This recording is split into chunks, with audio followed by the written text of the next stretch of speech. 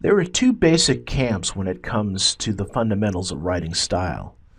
There are plotters, those who like to have a full plotter outline before they begin to write, and pantsters, those who like to write by the seat of their pants.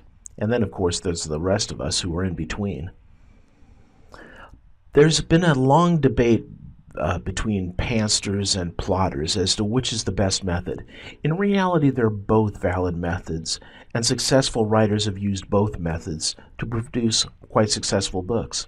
For instance, pantsters like Stephen King like to learn the story as it unfolds. They somehow find inspiration in the discovery. Myself, I'm a plotter, like John Irving.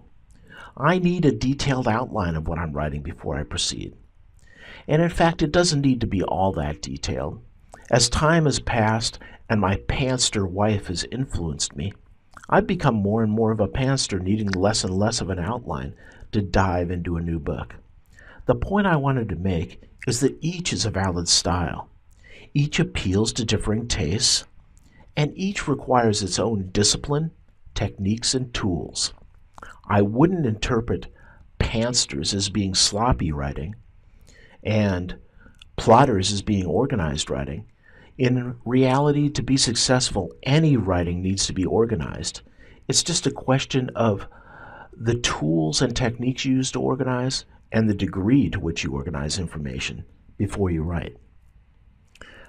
Another thing that I've noticed is that pantsters tend to emphasize character and place over plot, which would make sense that they wouldn't need a detailed plot to proceed.